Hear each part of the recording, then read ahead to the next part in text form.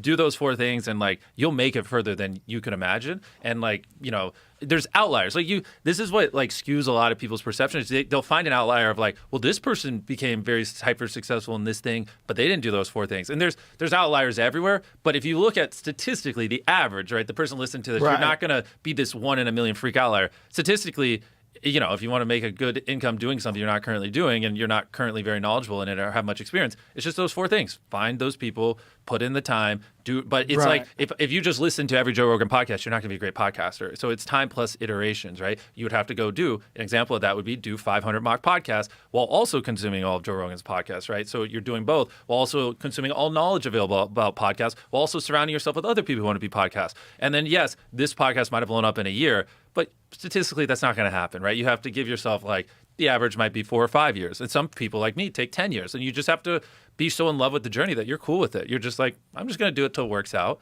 And, it could be as soon as this. More than likely it'll be here, but there's a chance it could be there. And if that freaks you out and then scares you, then you probably don't love it enough. But if you're like, well, I'll have fun while I'm doing it, then yeah, do those 4 things over the long horizon. And, again, you probably won't make $100 million, but if you want to make $100,000 a year or whatever, it's not out of the realm of possibility.